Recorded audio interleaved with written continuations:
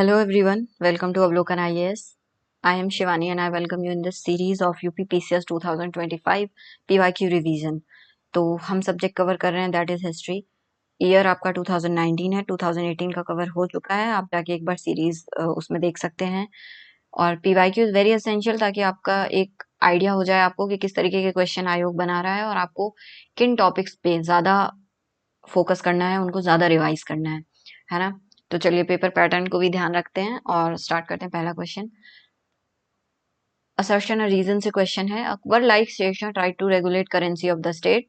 Reason दिया है as in Sher Shah currency Akbar chief copper coin of Akbar's time was दाम। तो देखिए बोथ जो आपको स्टेटमेंट दिख रहे हैं ये लगभग दोनों ही इंटर रिलेटेड हैं, क्योंकि अकबर ने कोशिश क्या अकबर ने यही किया था कि शेरशाह ने जो करेंसी सिस्टम चलाया था अकबर ने उसी मॉडल पे अपना भी चलाया है। तो ये दोनों स्टेटमेंट कहीं ना कहीं आपस में मैच कर रहे हैं। प्लस रीजन दिया है शेरशाह की जो करेंसी थी वो सिमिलर थी, क्योंकि अकबर ने भी जो अपना कॉइन चलाया है कॉपर का उसको भी दाम ही कहते थे।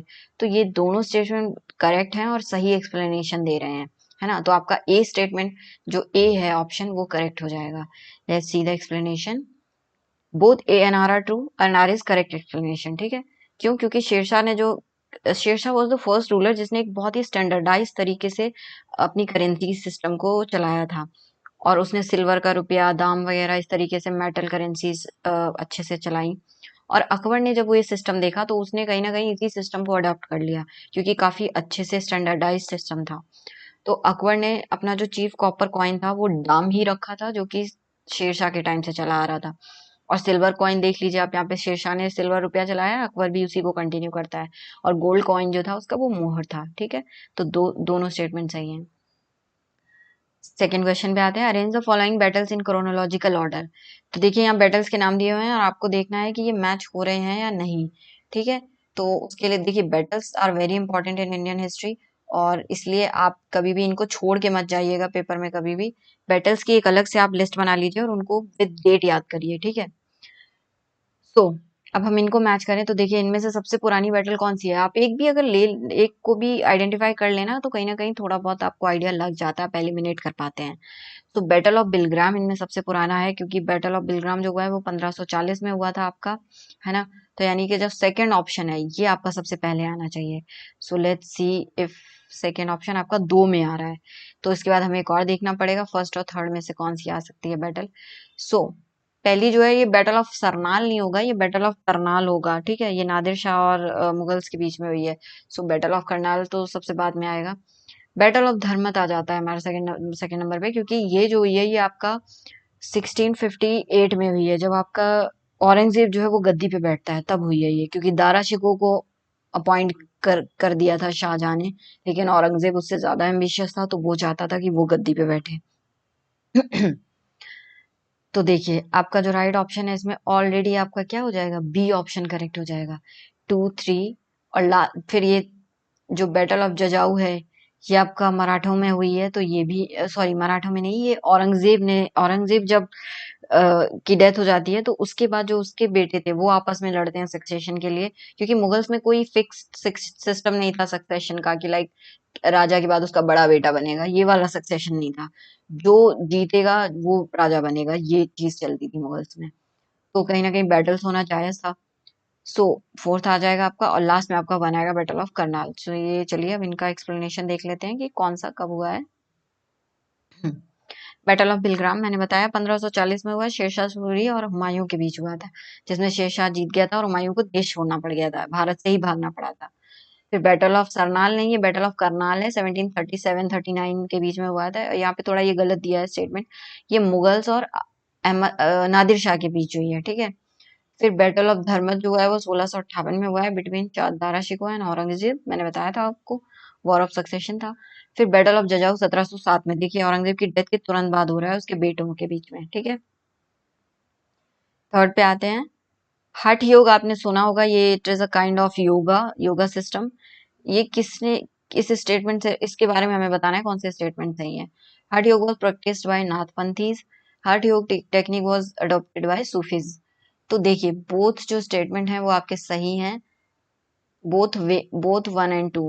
क्यों? क्योंकि हठ योग जो था, हठ योग कहते हैं इसको।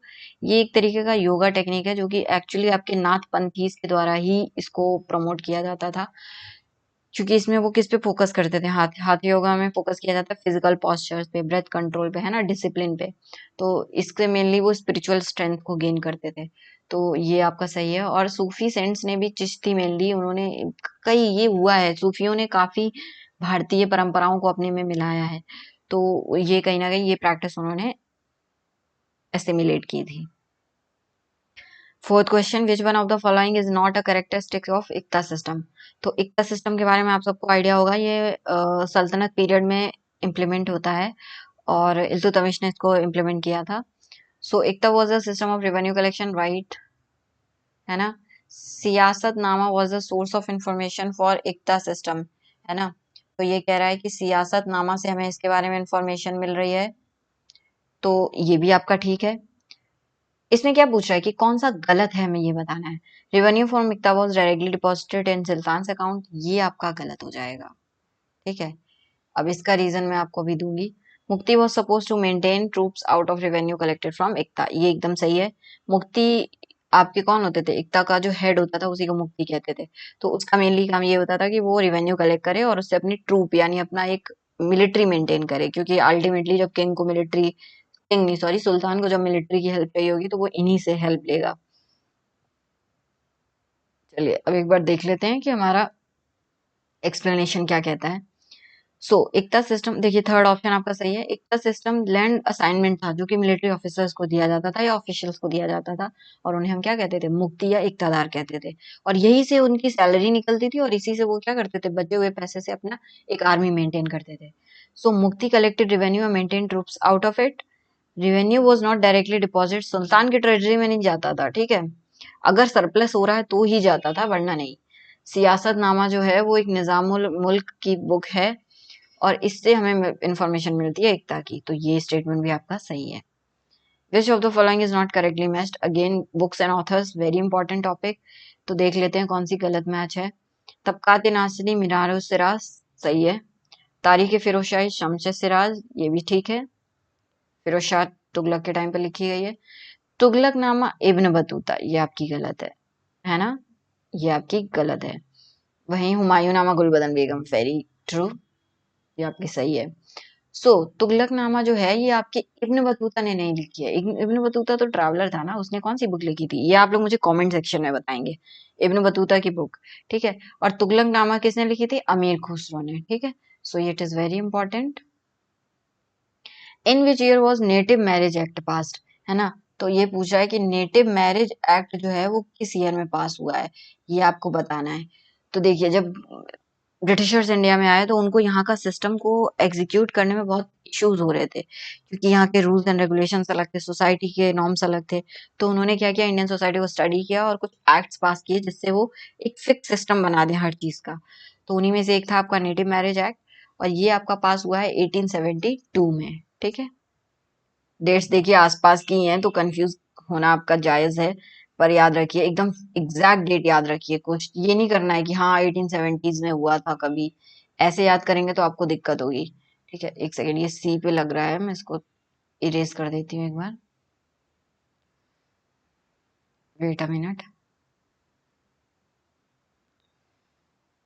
ये जो हो रहा है ये आपका 1872 में हो रहा है, ठीक है। तो नेटिव मैरिज एक्ट मेनली ये किस चीज को प्रमोट करता है, ये एक तरीके से इंडियंस जो हिंदूज हैं उनके बीच में मैरिज के जो सिस्टम होते थे उनके लिए बनाया गया था, ठीक है। और ये लॉर्ड नॉर्थ ब्रूक के टाइम पे आया है। इससे क्या किया गया, इंटर कास्ट और इंटर रिलीजियस मैरिजेस को कुछ कंडीशंस लगा के अलाउ कर दिया गया। बाद में ही इसको स्पेशल मैरिज एक्ट भी कहा जाता है। तो याद रखिए नेटिव मैरिज एक्ट जो है 1872। क्वेश्चन नंबर 7, मूवमेंट और आपको ईयर से मैच करना है, कौन सा मूवमेंट किस ईयर में हुआ है। तो देखिए कुछ तो बहुत ही सिंपल है, जैसे आपको पता होगा संथाल रिवेलियन कब हुआ है आपका, 1855 में हुआ है, यानी सी को फर्स्ट से मिला दीजिए। सी को फर्स्ट, देखिए अगर आप सी को भी फर्स्ट से मिला दे रहे तो आपका आंसर अपने आप निकल आएगा। तो अब देखते हैं पाबना रिवॉल्ट आपका कब हुआ है, ये हुआ है 1873 में, ठीक है। यहाँ पे आ गया पाबना। ऐसे ही एका रिवॉल्ट जो है आपका, ये कब हुआ है, एका मूवमेंट, ये एक पेजेंट मूवमेंट था जो यूपी वाले एरिया में हुआ था, और ये आपका 1922 में हुआ है असहयोग के टाइम पे, ठीक है। फिर वहीं आपका ये जो लास्ट बचा है ताना भगत, ये आपका हुआ 1914 में। ठीक है, तो ये आपका करेक्ट मैच है, यहाँ से आप देख लीजिए। चलिए एक्सप्लेनेशन पे चलते हैं। पाबना रिवॉल्ट 1873, और ये बंगाल में हुआ है। ए का मूवमेंट आपका मैंने बताया यूपी में हुआ है, पेजेंट मूवमेंट था 1922 में। ठीक है, और संथाल रिवेलियन 1955-56, ये तो पता है। 1855-56, ये तो सबको पता है, ब्रिटिश पॉलिसीज के अगेंस्ट था। ताना भगत मूवमेंट 1914 में हुआ है। ठीक है, उराव उराव ट्राइबल मूवमेंट भी कहते हैं इसको, छोटा नागपुर में। Next question, which of the following is not correctly matched. तो इसमें इवेंट और ईयर को मैच करना है। सो इंडियन नेवी एक्ट 1927 दिया है, विच इज राइट। ठीक है, इंडियन नेवी एक्ट जो है वो आपका 1927 में हुआ है। दूसरा आपका दिया है सिविल डिसोबीडियंस मूवमेंट, ये आपका बिल्कुल करेक्ट है, 1930 में स्टार्ट हुआ है, क्योंकि गांधी ने, याद है, दांडी मार्च लॉन्च किया था, है ना, तो उसी के थ्रू ये मूवमेंट लॉन्च हुआ था 1930 में। सेकेंड राउंड टेबल कॉन्फ्रेंस जो है आपका, वो 1931 में हुआ है। ठीक है, कांग्रेस, इसमें गांधी ने इसको अटेंड किया था। It is a very important point two remember कि ये जो सेकेंड राउंड टेबल कॉन्फ्रेंस था, why was it important, because Gandhi attended it, और गांधी ने सिर्फ एक ही राउंड टेबल कॉन्फ्रेंस अटेंड किया था, जबकि आपके 3 हुए थे, 1930 में, 31 में और 32 में। तो कम्युनल अवार्ड ये 1933 दिया है, विच इज रॉन्ग। ठीक है, तो यही आपका राइट आंसर हो जाएगा यहाँ पे। कम्युनल अवार्ड 1933 में नहीं आया है, ये 1932 में आया है। ठीक है, चलिए, इससे देखिए रिवीजन बहुत अच्छा हो जाता है जब आप पीवाईक्यूज को रिवाइज करते हैं। ये सारी डेट्स अब आपको याद रहेंगी। Indian navy act 1927, civil disobedience movement 1930s, second round table conference 1931, Gandhi ने इसको अटेंड किया है। कम्युनल अवार्ड 1933 ये गलत है, क्योंकि इसको रैमजे मैकडोनल्ड ने लागू किया था 1932 में। क्वेश्चन 9, अगेन आपको इनको क्रोनोलॉजी में अरेंज करना है। Appointment of Simon commission, Jallianwala Bagh massacre, Mahatma Gandhi की दांडी मार्च और डेथ ऑफ फिरोज शाह मेहता। जब तक आपको इनकी डेट्स नहीं पता होंगी, आप इनको मैच नहीं कर पाएंगे। तो मैं आपको बता देती हूँ, इसमें साइमन कमीशन 1927 वाला टाइम है, जलियांवाला बाग मैसेकर 1919, महात्मा गांधी की दांडी मार्च अभी मैंने आपको डिस्कस किया 1930s में हुई थी, और डेथ ऑफ फिरोज शाह मेहता ये हुई है आपकी 1915 में। तो सबसे पहले यही आ जाएगा, फोर्थ, है ना। फोर्थ के बाद सेकंड क्या आएगा आपका, जलियांवाला बाग। तो ऑटोमेटिकली आपका ए जो है इसमें राइट आंसर हो जाता है। Let's see the explanation. Yes, देखिए ना, 1915 में आपका फिरोज शाह मेहता की डेथ, फोर्थ ऑप्शन, फिर आपका जलियांवाला बाग, फिर उसके बाद आपका साइमन कमीशन, एंड फिर आपकी Dandi march. The trial of the officers of the INA was held in.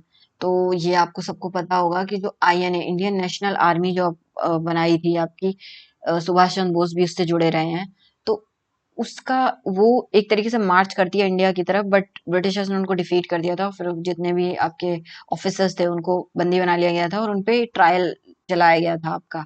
तो कहाँ चलाया गया था ये पूछ रहा है आपका, तो बहुत ही इंपॉर्टेंट ये फोर्ट है, आप याद रखेंगे। ये क्या है, रेड फोर्ट दिल्ली, है ना, जहाँ से अब आपके प्राइम मिनिस्टर जो है वो 15 अगस्त को सबको एड्रेस करते हैं। तो वहीं पे आपका ये ट्रायल चला है। आईएनए के जो ऑफिसर्स थे उन पे ट्रायल चलाया गया था। कौन कौन से ऑफिसर्स थे, शाहनवाज खान, गुरबख्श सिंह ढिल्लों, प्रेम सहगल, है ना, और ये 1945-46 में हुआ है। Again assertion and reason, this Asiatic society of Bengal was established in the period of Warren Hastings. ठीक है, he modestly declined the offer of presidentship in favor of William Jones. Okay, देखिए इसका आधा पार्ट ठीक है, आधा गलत है। सेकंड रीजन देख लेते हैं। Warren Hastings was himself a great scholar and orientalist who encourage the study of Sanskrit, Persian and Arabic. तो ये इसमें दे रहा है कि जो स्टेटमेंट उसने बना दिया है, अब आपको ये देखना है कि सही है या नहीं है। तो देखिए स्टेटमेंट दोनों जो हैं वो ठीक हैं। Let me click, yes, both A and R R true but R is not correct explanation.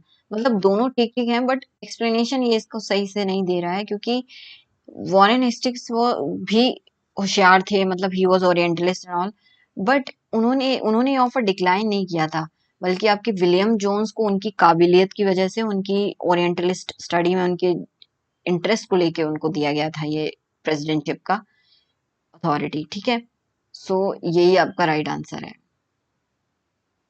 Which of the following is not correctly match. चलिए यहाँ पे देख लेते हैं। दाम कॉपर कॉइन अभी हमने देखा है, कोई डाउट ही नहीं होना चाहिए, दाम आपका कॉपर कॉइन था। देखिए अब आप एक चीज देख रहे हैं इसमें, एक चीज मैं आपको बता देती हूँ थोड़ा सा टाइम लेके। 2019 का ये पेपर है यूपीपीसीएस का। आपने पहले देखा, अभी हमने डिस्कस किया था पहले पेपर में, सॉरी इसी पेपर में हम पहले डिस्कस कर चुके हैं। एक क्वेश्चन आया था जिस जो करेंसी पे ही था, और उसमें ऑलरेडी मेंशन किया हुआ है आयोग ने कि दाम जो है वो एक कॉपर कॉइन है।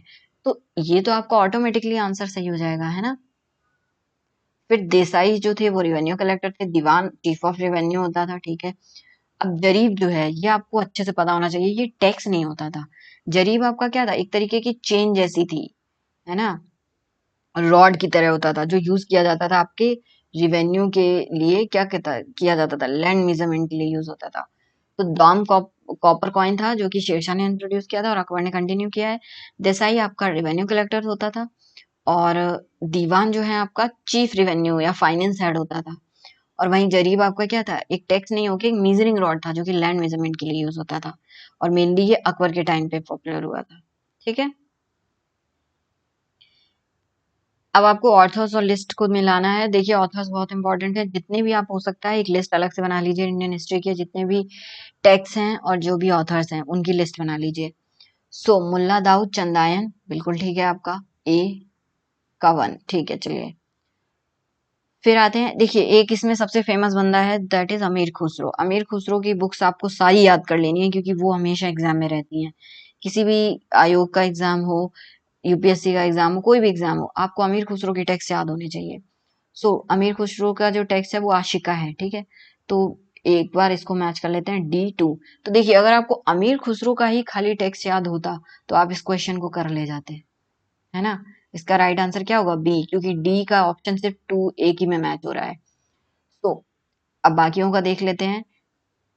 सोमनाथ की क्या है, राग विबोध। और आपकी दामोदर कवि की पुस्तक कौन सी है, पद्मावती कथा। और पद्मावती से रिलेटेड आपका एक और राइटर है, वो कौन है, मलिक मोहम्मद जायसी, ठीक है। सो मुल्ला दाऊद चंदा सॉरी मुल्ला दाऊद चंदायन, दामोदर कवि, पद्मावती कथा। और ये देखिए पद्मावती जो चित्तौड़ की रानी थी उन्हीं पे है ये कहानी। सोमनाथ, राग विबोध, और अमीर खुसरो की आशिका, ठीक है। Who among the following kings gave patronage to Tansen before Akbar. तो आपको पता है तानसेन अकबर के दरबार में नवरत्नों में से एक थे, लेकिन ये भी पता होना चाहिए। अब वो सिंपल क्वेश्चन नहीं पूछता है, अब उसमें भी ट्रिक आ जाती है कि तानसेन अकबर के यहाँ आने से पहले कहाँ के राजा के यहाँ पे थे, ठीक है, कौन से राजा के यहाँ थे। तो इसका जो राइट आंसर है वो आपका क्या होगा, राजा रामचंद्र सिंह ऑफ भाटा। अब इसमें कंफ्यूज होने की जरूरत नहीं है, ये जो भाटा यहाँ पे मेंशन किया हुआ है, ये एक्चुअली भाटा किसका नाम है, ये आपका रीवा का ही नाम है, ठीक है। सो इसमें कंफ्यूज नहीं होंगे आप लोग। तानसेन का ओरिजिनल नाम क्या था, रामतनु पांडे था। स्वामी हरिदास जो ग्वालियर के थे उनके ये शिष्य थे, और he was first patronized by Raja Ramchandra Singh of Rewa, ठीक है। अकबर ने बाद में इनको अपने कोर्ट में बुलाया था, इनकी सिंगिंग से वो बहुत खुश थे। चलिए रूलिंग डायनेस्टी है और कैपिटल उनकी देखनी है। थोड़ा सिंपल ही है ये क्वेश्चन, इसमें कुछ टफ नहीं है। हिस्ट्री पढ़ रहे हैं तो इतना तो आप लोगों को इसमें ये क्वेश्चन आप आराम से कर लेंगे। पल्लव डायनेस्टी का रूल आपका कहाँ था, कांची में, ठीक है। पांड्याज आपके कहाँ थे, मदुरा में। यादव आपके कहाँ है, देवगिरी में, है ना। और काकातियाज आपके कहाँ थे, वारंगल में। तो चलिए देखते हैं, मैच करते हैं। A2 B3 तो ये आपका बी जो है, सॉरी बी जो है ये आपका राइट ऑप्शन है इसमें, ठीक है। कोई डाउट नहीं रहना चाहिए। और जितने भी आपके टेक्स्ट हैं, आपके किंग्स हैं, ये सब आप जरूर ध्यान से देख लीजिए, क्योंकि ये अक्सर लोग गलत कर देते हैं, और अभी भी सिंगल नहीं पूछा जाता है, ये भी मैं आपको बता दूं। अब सिंपली नहीं आता है कि ये वाला किताब किसने लिखी है, इस तरीके से नहीं पूछता है, वो आपको 4 ऑप्शन देके पूछता है। सो पल्लव कांची ऐसे याद कर लीजिए। Pandya, Madurai, Yadav, Devagiri, Kakatiya, Warangal. Arrange the following monuments in chronological order. तो क्रोनोलॉजी में अरेंज करना है, वेरी सिंपल, और कोई बहुत टफ नहीं दिए, सिंपल क्वेश्चन, सिंपल ऑप्शन है आपके। अटाला मॉस्क जौनपुर। देखिए जौनपुर की अगर बात हो तो याद रखिए, ये जो जौनपुर में जो भी चीजें हुई हैं, जो रूलर रहे हैं, वो सब मेनली 14-15 सेंचुरी का टाइम पीरियड में रहा है जो भी हुआ है। तो ये इसमें सबसे पुराना टाइम पीरियड है ना। तो पहले आपका फोर्थ वाला ऑप्शन सही हो जाएगा। देखिए ऑलरेडी ऑप्शन आपको मिल गया है ना। 4 जो है आपका वो राइट ऑप्शन है। फिर सेकंड पे आते हैं शेरशाह सूरी। उसके बाद देखिए 14 सेंचुरी की बात हो रही है टालामॉस जौनपुर। उसके बाद शेरशाह सूरी आता है, वो रूल करता है 1540s के टाइम पे, तो उसका मकबरा बनता है सासाराम में। उसके बाद आपका हुमायूं आ जाता है रूल में, है ना, थर्ड ऑप्शन। फिर आता है आपका राबिया दुर्रानी का मकबरा, जो कि किसने बनवाया है आपका, औरंगजेब ने बनवाया है ना। तो ये आपका B option is the right answer. Let's see. Atala mosque Jaunpur built by Sharqi rulers 1408 में बनी है। शेरशाह सूरी का मकबरा जो है वो 1545 में बना है। हुमायूं की टॉम जो है वो 1570 के करीब बनी है, हाजी बेगम ने बनवाई है। राबिया दुरानी का जो मकबरा है वो बीवी का मकबरा भी कहते हैं, क्यों, क्योंकि उसको औरंगजेब ने अपनी बेटी, सॉरी अपनी वाइफ के मेमोरी में बनवाया था। With reference to mansabdari system, हमें बताना है कौन सा सही है। So mansabdari system was official nobility of the state started by Akbar. ठीक है, बिल्कुल सही है। जैसे आपका देखिए, जैसे सल्तनत पीरियड में आप इक्ता सिस्टम देख रहे हैं ना, वैसे ही मुगल पीरियड में आपको मनसबदारी दिखेगा।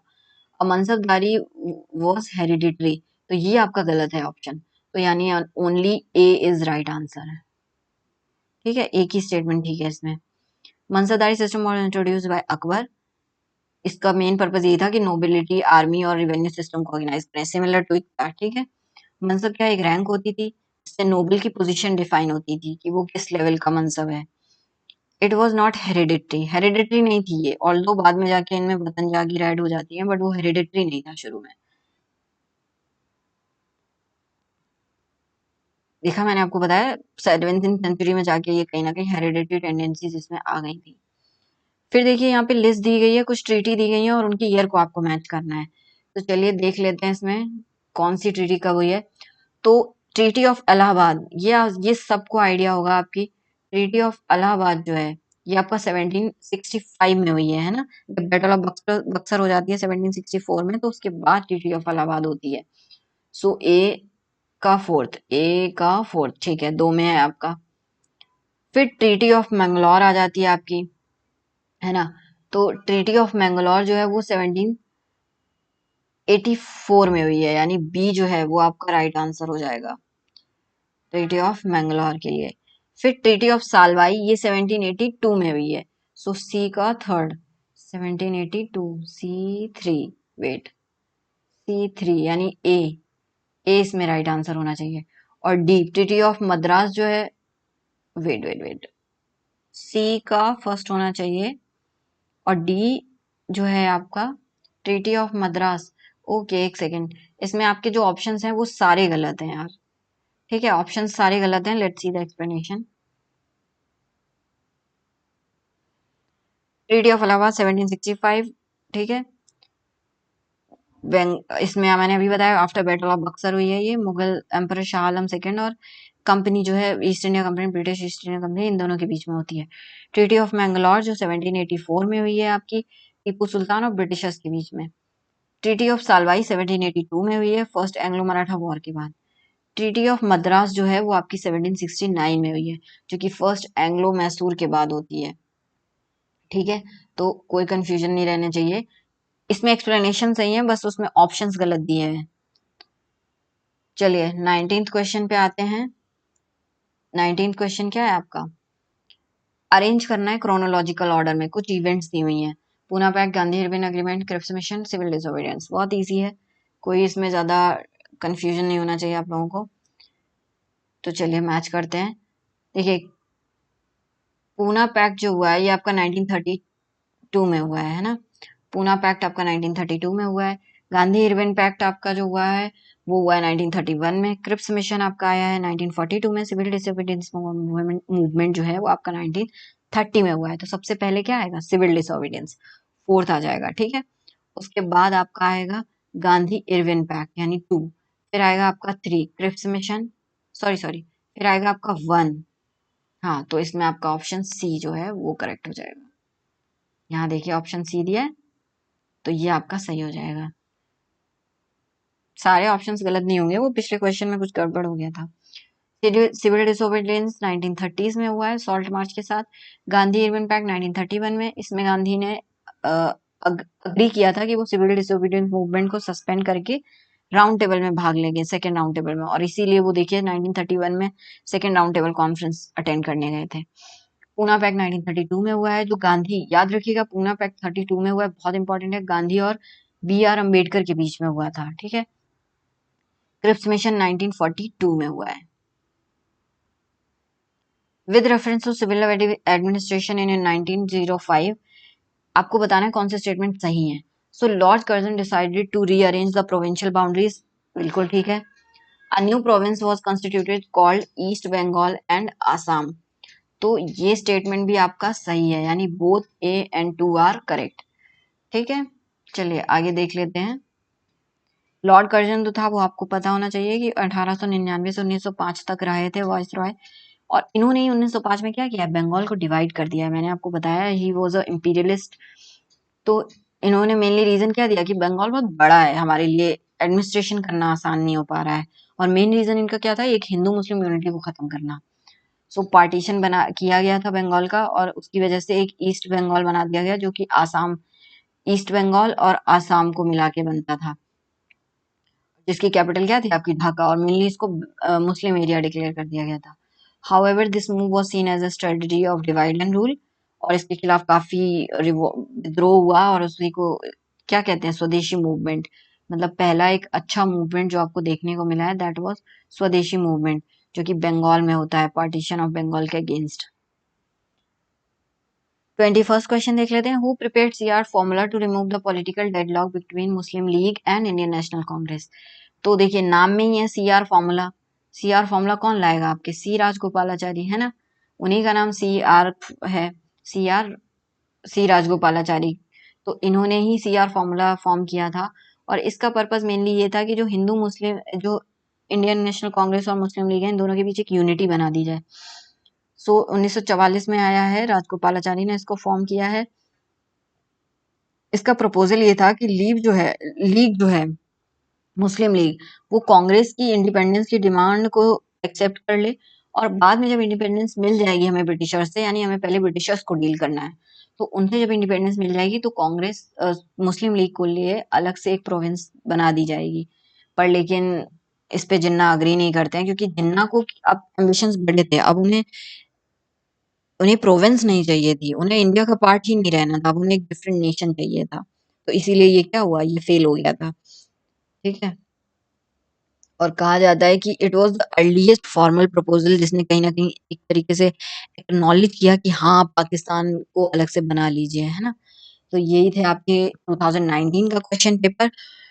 मैं कहूंगी 2018 के कंपैरिजन में इसके क्वेश्चंस काफी अच्छे थे, और आपने देखे सॉल्व किए होंगे, तो आपको एक अच्छा रिवीजन मिल गया होगा। सो चलिए अब आपको एक बहुत इंपॉर्टेंट इन्फॉर्मेशन दे देते हैं।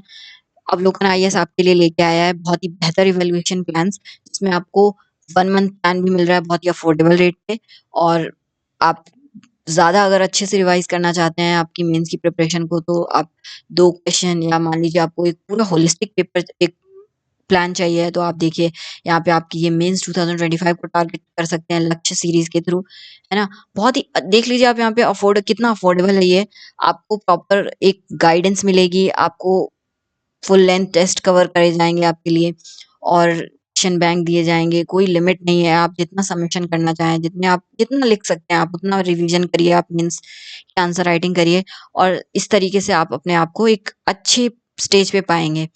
सो इन सब के लिए आप हमारी वेबसाइट पे विजिट कर सकते हैं। Thank you for listening the lecture, and let's meet in the next 2020 session paper. Thank you.